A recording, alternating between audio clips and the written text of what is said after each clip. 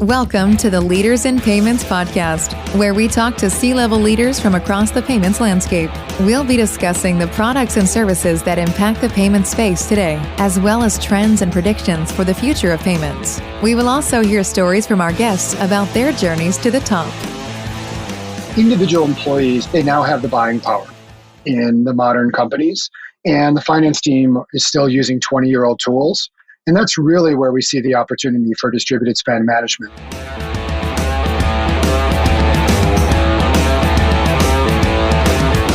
That was Andrew Hoag, founder and CEO of Teampay, and he is our special guest this week. This is episode 115 of the Leaders in Payments podcast, and I'm your host, Greg Myers. Andrew grew up in North Dakota, went to a small liberal arts college near Minneapolis, and then moved to Silicon Valley.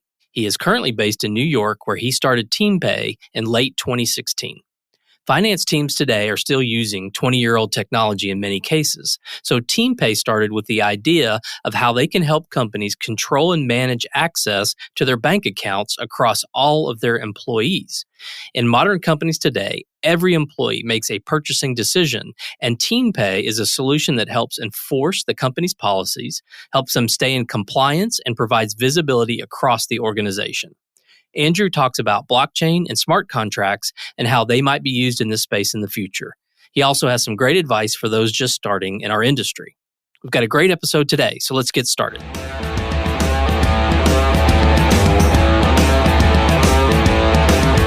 Hi, Andrew. Thank you for being here, and welcome to the Leaders in Payments podcast. Hey, Greg. Thanks for having me. Absolutely. So let's dive in. Tell our audience a little bit about yourself, maybe where you grew up, where you went to school, where you're currently living, things like that.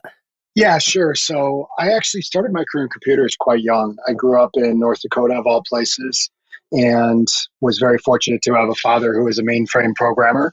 So I grew up in technology as a young kid, and then went to university in a small liberal arts school outside of Minneapolis. And after that, I got tapped to move out to Silicon Valley, which is kind of really where I think, my more modern career took off. I spent the first part of my career building supercomputers at NASA, which was kind of an engineering dream job, and then moved over during the dot-com to a security company called Verisign and rode that from the IPO, 140 people up to 3,100, which was quite the roller coaster back in the early 2000s. Currently based in New York, I had a small startup I sold in San Francisco in 2012, spent a few years overseas, primarily in Germany and Berlin, and then moved back to New York to start Teampay in late 2016. Okay. Well, let's dive into Teampay. Tell our audience a little bit about what Teampay does. Yeah, so having been kind of a career operator and realizing that I had better control over the software my team was developing than I did the money they were spending. I just felt like it was time for kind of a new paradigm.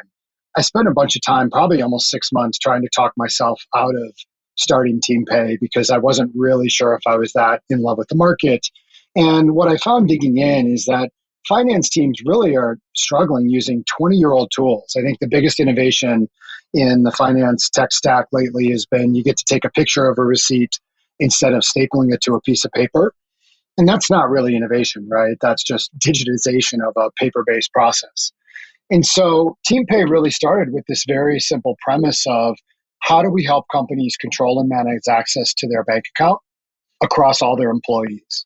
And I think that all their employees part is really important because when I started my career working in the Valley, if I went out and bought a piece of software to use at work, I would be fired.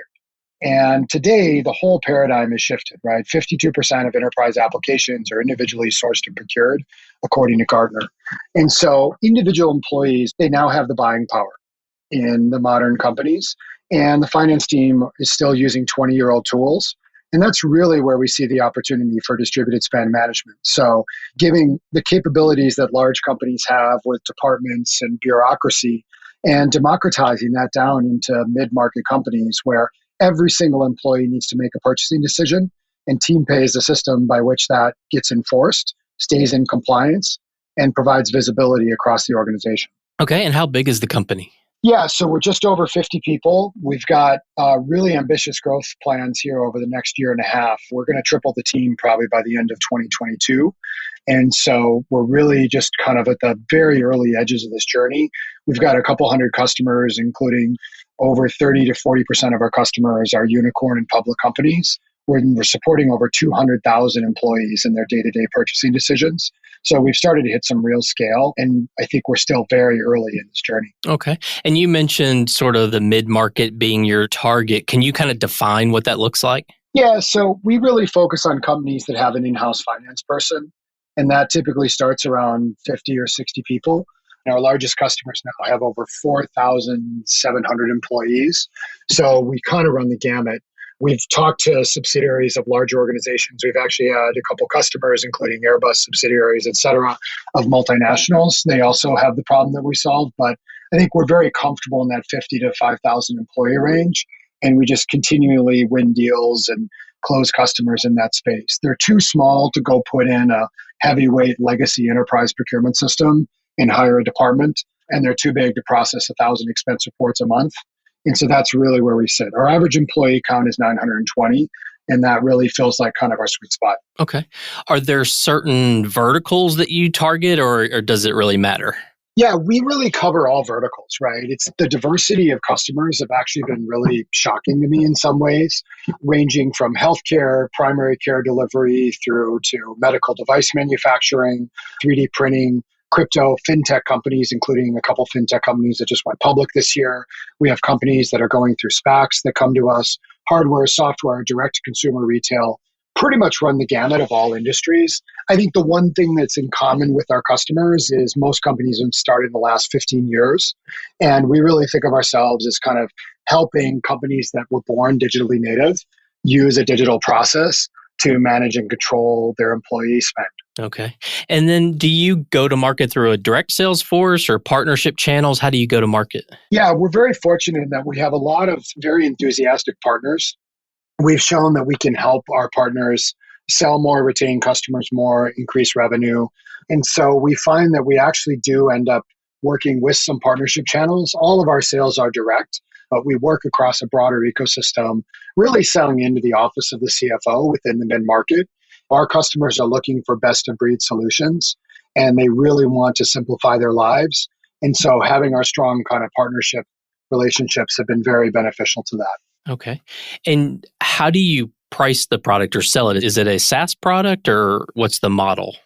Yeah, we price it as a SaaS product. So really it depends on the platform and the size of customers. So an enterprise customer that's using Workday financials will pay more than a customer on Xero. And then there's the customer has control over the configuration. So there's features and functionality depending on the complexity of those customers' needs. So our sales team will work through that with the given customer to really dial in the solution that they're looking for and that makes sense. Okay.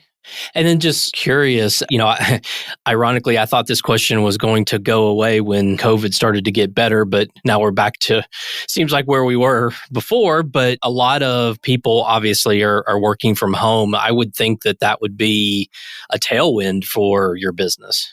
Yeah, I mean, it's been really dramatic for us, right? I mean, I think an office of 35 people that was in Boston in a satellite office, it's now 35 offices of one. And that's put a lot of pressure on the finance team. So over the last year, I mean, particularly in Q2 and Q3 of last year, we saw our sales cycles get cut in half and our contract values increase as customers needed to buy more features and functionality to cover more of their employees. So it's absolutely been a tailwind. I mean, fortunately, the economy has recovered much more quickly than people expected. So productivity is on the rise. There's a lot of capital flowing into companies at this point. Revenue growth is back. So we're seeing a lot of growth dynamics as well. But at the end of the day, managing a diverse and distributed workforce just creates even more challenges for finance, keeping everyone on the same policy and everyone following the same rules. And so it has been a very strong tailwind for us. Yeah. And I guess your employees can't walk down the hall and get approval from the CFO or get them to sign a check. Those days are probably gone in a lot of companies. Yeah, tap them on the shoulder, what have you. Exactly. It's really interesting how moving this onto a digital medium has actually accelerated things for a lot of companies. Yeah. Well, what would you say differentiates your company from your competitors? Yeah, I mean, I think there's a few things that we do uniquely well, right? One is we understand the needs of a growing enterprise customer. And so, most of our customers integrate multiple business systems into Teampay. We sync directly into their HR system. Complex approval and workflow is really important to us as well. If you're 20 people and you don't have a lot of hierarchy, it's not a good solution for you. But if you have 200 or 2,000 people and you have different processes for different types of products, that's really our sweet spot. And so we think of ourselves really leading with the workflow, controlling the business process around spending money, very similar to what GitHub does for software production or ServiceNow does for the IT department. And I think the opportunity to do that for money is really interesting. And I think that's the part where we really stand apart is being able to go into a customer, get them up and running across multiple system integrations, hundreds of policy rules, thousands of employees, and have them using the system within 4 to 6 weeks. So I would assume every customer is a custom integration then. Yeah, so that's one of the advantages of building modern enterprise software is that we don't do any customization. So we built a system that's highly configurable, and it's really just setting some knobs and switches, which our customer success team does as we onboard a customer. So a lot of companies already have some sort of spend policy. They already have some existing business systems, and we can plug into those systems in a matter of days and import and set up that policy in a matter of days. And so there's a lot of kind of rules of the road that are set up front. But fortunately, we're able to do that in a very modern, fast way and get people up and running pretty quickly. So we don't do any customization. We do allow for configuration, and customers have been able to really satisfy their needs as complex as they are. We've seen some crazy scenarios, and we've never had a situation where a customer hasn't been able to fulfill or deliver on their process. Okay. Well, where do you see the industry heading, say, in the next 2 to 3 years?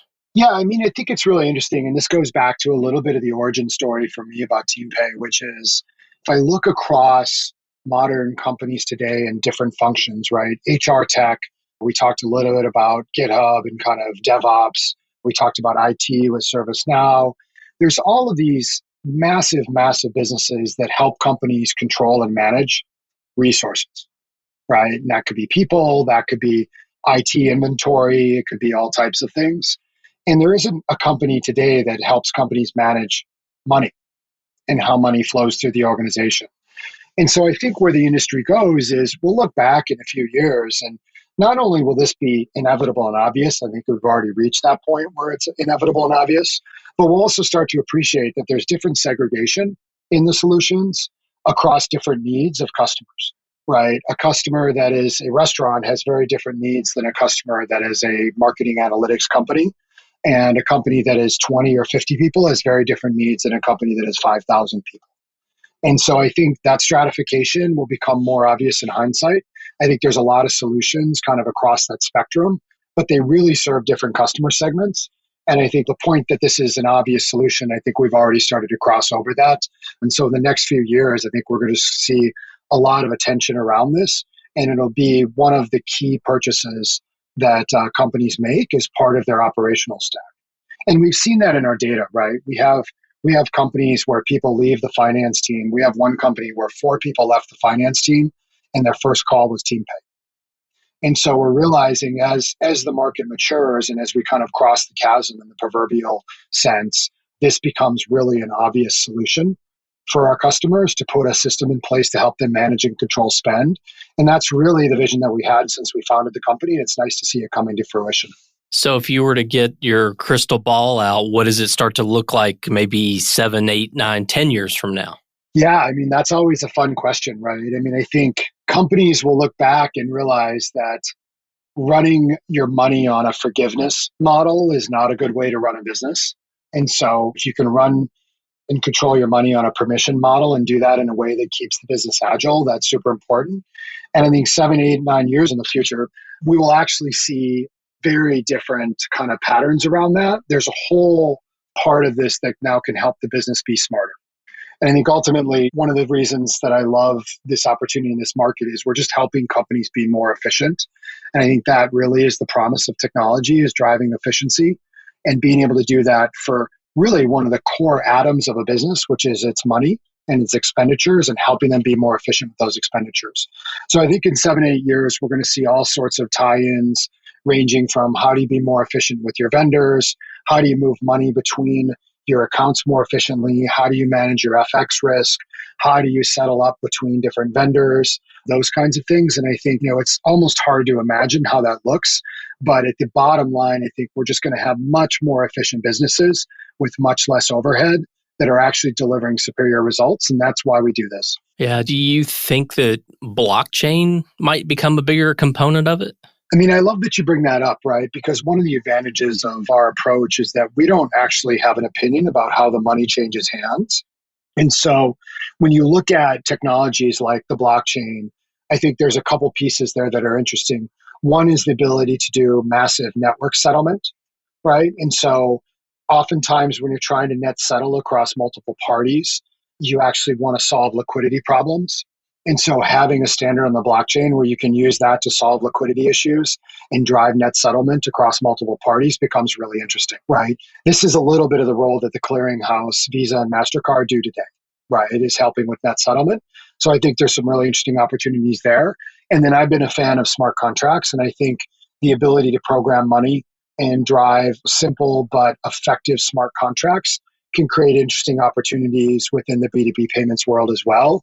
And I think we're just scratching the surface of what that looks like. So I do think blockchain becomes important. And really, it's not around using the technology for technology's sake, but looking at specific problems, whether it's net settlement, managing risk, derivatives, those kinds of things that I think actually the blockchain and associated technologies can help solve. Yeah, I agree with you there. So let's switch gears a little bit and talk about you. You've talked a little bit about your background, and I think everyone loves to hear sort of the founding story. So maybe tell us in a little more detail about how you came up with the idea. What were some of the first things you did? Have you raised money? Things like that. Everyone loves to hear those kinds of stories. So if you don't mind going into a little bit of that, that'd be great.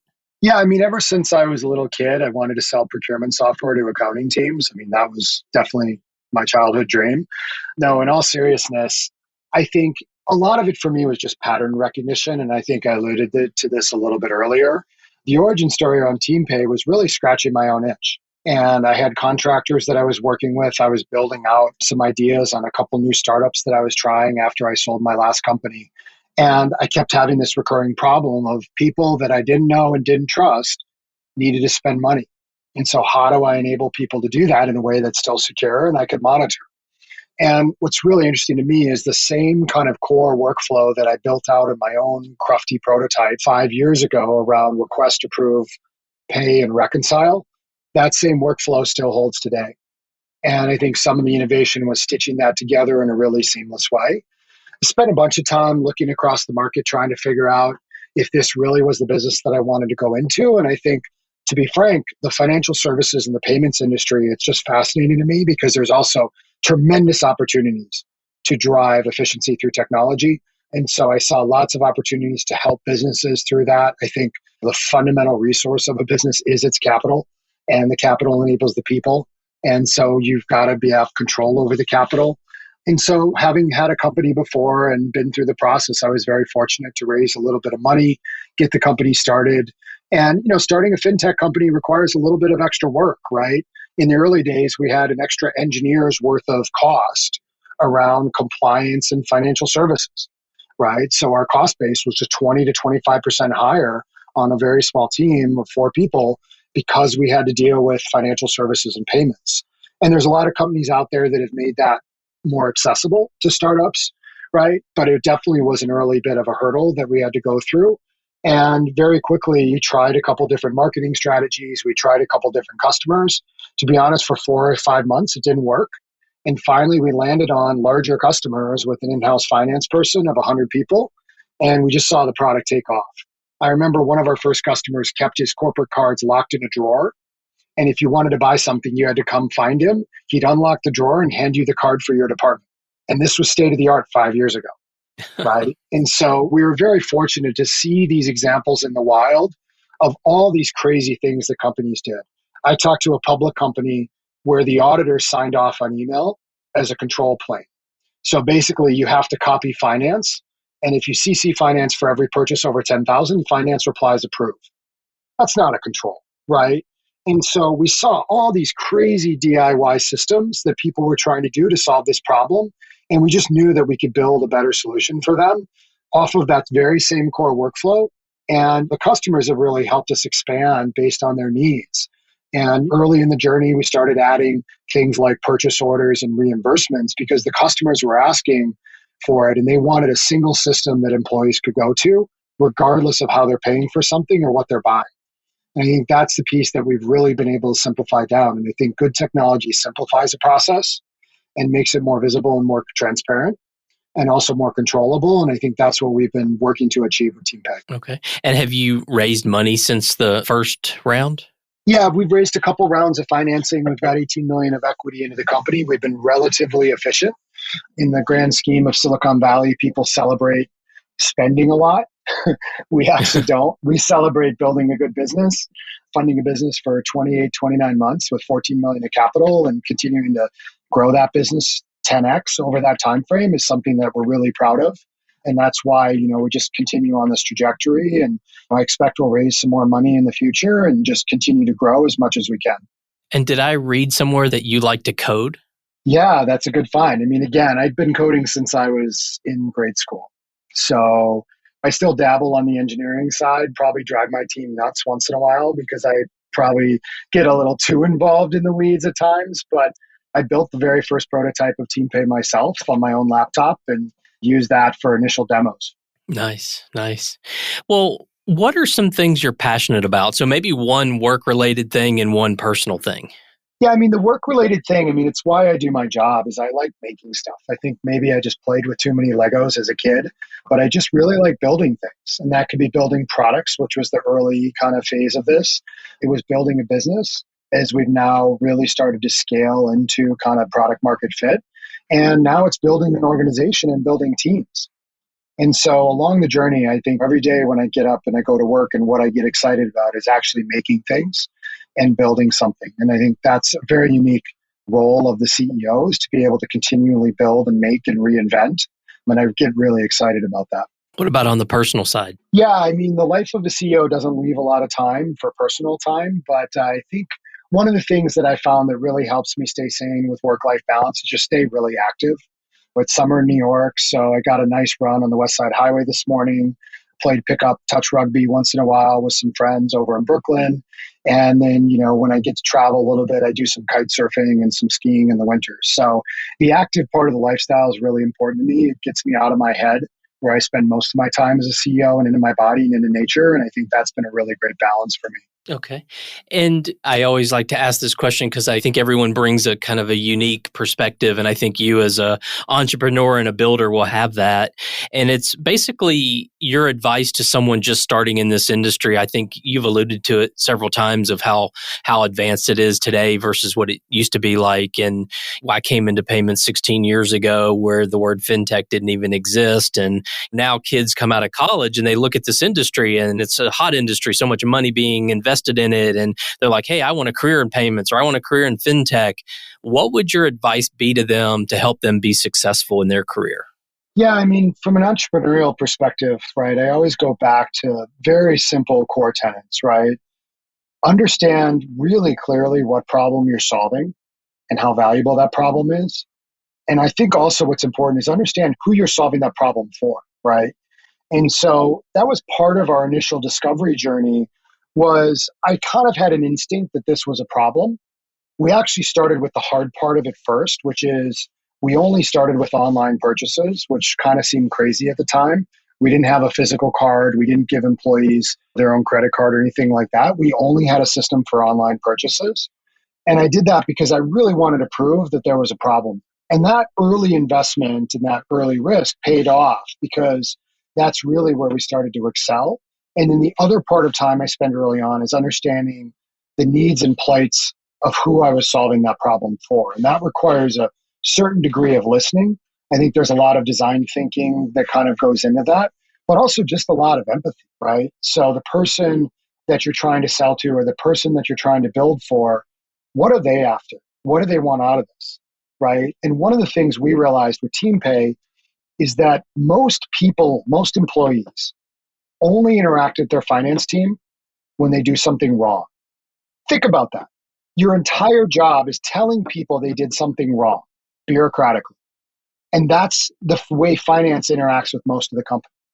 And so our ability to flip that script and say, look, here's the software, here's the policy, we're going to help you get to the right answer, changes the dialogue between our buyer and the employees. That's what makes this work, right? And so the only way I was able to get there was understanding with empathy the needs of the buyer. And I think that's a really important place to start. You can look at the technology, you can look at the solutions. It all comes back to people. What problem are you solving and who are you solving it for? And I think that's a really important place to start anytime you're thinking about doing something new or innovative or different. Yeah, I love that. That's great advice. Well, Andrew, we've covered a lot of ground about you, the company, where the industry's heading. Is there anything else you'd like to add before we wrap up? No, I just want to thank you for the opportunity, Greg. I mean, we're really excited about what's happening. It's been interesting to see this whole industry shift over the last 5 years, particularly on the B2B side, from something that really nobody was paying attention to now probably everybody's paying attention to. And I think it's great. It drives a lot of innovation forward. There's a lot of awareness happening. And I think that's just good news for the future here, right? And I think it's great. Looking at the guests you've had on the podcast before, you're definitely talking to a lot of innovation and people that are trying to change the game here. And we're excited about where this is going. And we really believe it's still early innings. Okay. Well, Andrew, thank you so much for your time today. I know it's very valuable. I appreciate you being on the show. So thanks so much. You bet. Thanks so much, Greg. And to all you listeners out there, I thank you for your time as well. And until the next story. Thank you for joining us this week on the Leaders in Payments podcast. Make sure you visit our website at leadersinpayments.com, where you can subscribe to the show and where you'll find our show notes. If you enjoyed listening, please share on your social channels as well.